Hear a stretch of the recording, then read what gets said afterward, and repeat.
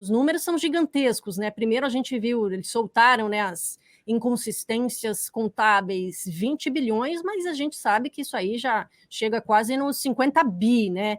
E aí, já partindo dessa premissa, né, desses números gigantescos, como é que... Explica um pouquinho, né? Porque a gente viu lá, a gente chegou a comentar bastante, né, nas notícias, a gente viu bastante coisa, agora deu uma arrefecida, porque, né, a empresa está em recuperação judicial, as coisas andando ali. Aí eu queria que você falasse aqui como é que está a situação da empresa hoje, né, em questão de vendas, como é que também, se puder adiantar também as perspectivas, o que você pode falar em termos gerais da Americanas para a gente?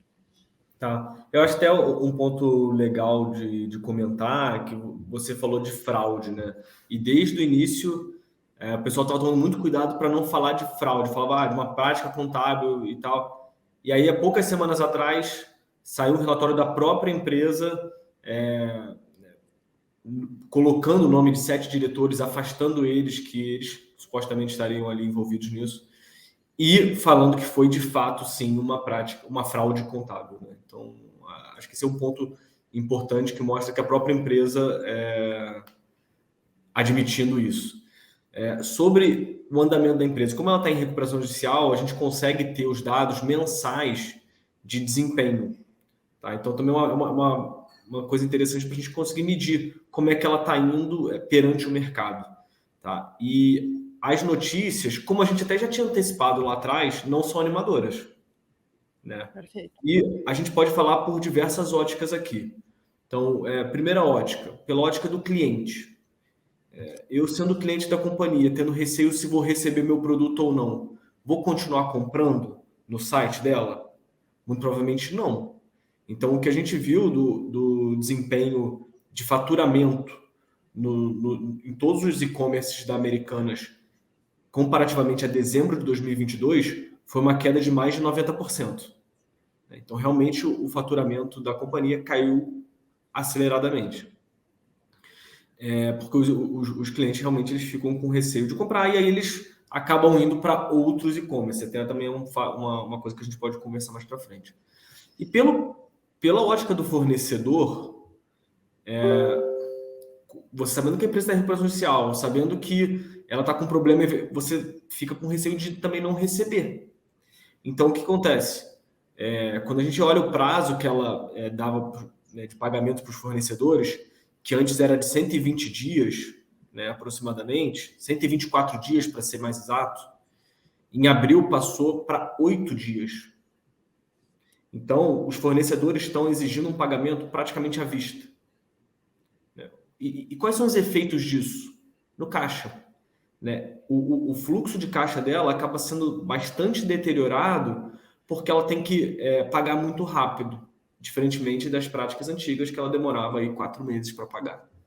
Tá? Então, além disso, você teve fechamento de lojas, demissão de funcionários, até colocou, né, tanto o AME Digital quanto as outras marcas, né, que é Imaginário e a Puquê, colocou à venda, mas por hora não tem nenhum comprador. E até um fato interessante que saiu nesses últimos dias, que a AME Digital vai começar a cobrar, se não me engano, é R$ 2,90 para quem tiver dinheiro na sua carteira digital. Então, seria uma taxa de administração para manter aquela conta aberta. O que você faz quando você é cliente e você vê uma coisa dessa? Você tira seu dinheiro de lá. Né? Ou então você, beleza, compra alguma coisa só para tirar, acabar o dinheiro. Então, esses fatores, né, mostram que a situação realmente está fragilizada, como a gente já tinha até adiantado aí em outras oportunidades. Então, a gente segue bastante cauteloso com esse papel. Eu entendo que o pessoal gosta porque você lê perto de R$ 1, então fica querendo fazer aquele trade, né? Papel volátil para caramba, mas eu acho que pensando numa análise fundamentalista, né, mais fria, em valuation, não vejo oportunidade de posicionamento no papel. Tá? Então acho que essas seriam as primeiras considerações em relação a Americanas. Tá. Fica difícil mesmo, né? Porque, como você falou aí, a questão de caixa é muito complicada. né? Já estão devendo para meio mundo, né? Ficam ali com uma briga na justiça ali com os credores. A situação tá bem complicada. E aí eu puxo a pergunta aqui até do primo milionário aqui. Será que ela pode falir? Porque assim, tá muito complicado, né? Será que tem salvação mesmo? Tem como sair disso? Porque, como você falou agora, a perspectiva está completamente ruim, né? E que nem você falou, a ação tá R$ 1, quer dizer, caiu 90% desde a notícia, né? Isso é possível mesmo? Vai demorar? Enfim, como é que a gente pode prever isso? Uhum. O processo de recuperação judicial, ele é muito demorado. E processos desse tamanho, dessa magnitude, são difíceis de serem executados. Se a gente for lembrar da Oi, demorou 6 anos. Aí, quando ela saiu, 2 meses depois, entrou numa nova recuperação judicial, porque viu que a situação era muito difícil. E principalmente o varejo, que ele é mais cíclico. Agora, eu não acho, pelo menos por hora, que ela vai falir, porque quando você está em recuperação judicial, você consegue se proteger. Até ontem ela divulgou, né, uma extensão do prazo de 6 meses para que ela não que sejam suspensas qualquer tipo de cobrança em relação a ela, né? E ela tem acionistas de referência, mas que durante, né, grande parte da vida da companhia foram controladores, que é o grupo mais rico do Brasil, né? E que estão se mostrando, né, dispostos a colocar dinheiro na companhia para tentar uma salvação, né? Então, assim, eu não acho que ela falir, mas eu acho que é necessário, né, que ela reduza de tamanho. Então, assim, mesmo com os fechamentos de loja que eu comentei para você, né, ela ainda tem mais de 1.800 lojas. Eu acho que seria muito mais viável se a Americanas virasse um business regional do que um business nacional como é hoje, né? Então a gente deixa ela bem menor, coloca esse aporte, negocia com os credores para pagar durante bastante tempo, e aí você consegue fazer esse turnaround de uma forma mais suave. E tem que vender essas operações também que eu comentei, né? Agora é difícil, né?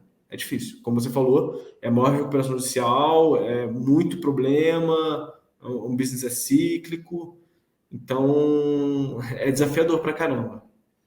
Pois é, e o Leonardo comentou que Americanas vai ter que se reinventar, e é justamente isso que você falou aí, né, Fernando?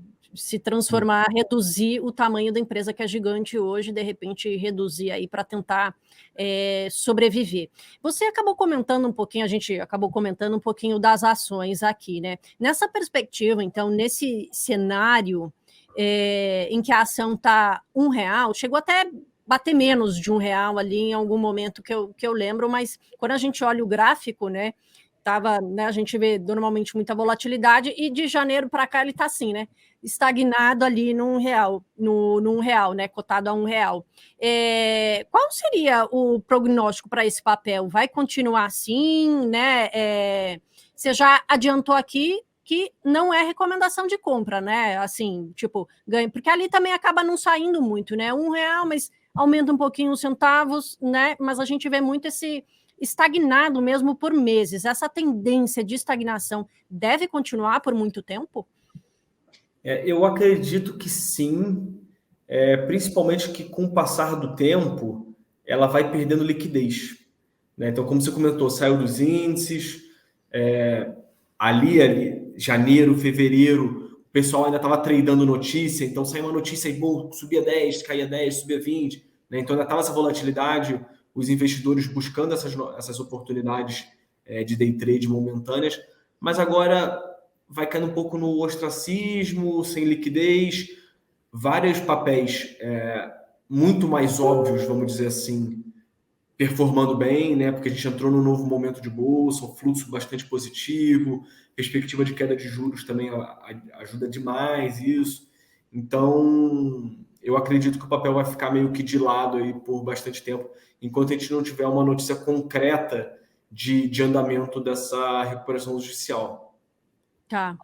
E aí, você chegou a comentar um pouquinho do e-commerce, eu queria aprofundar um pouco mais, né, para a gente entender como um todo, assim, a perspectiva.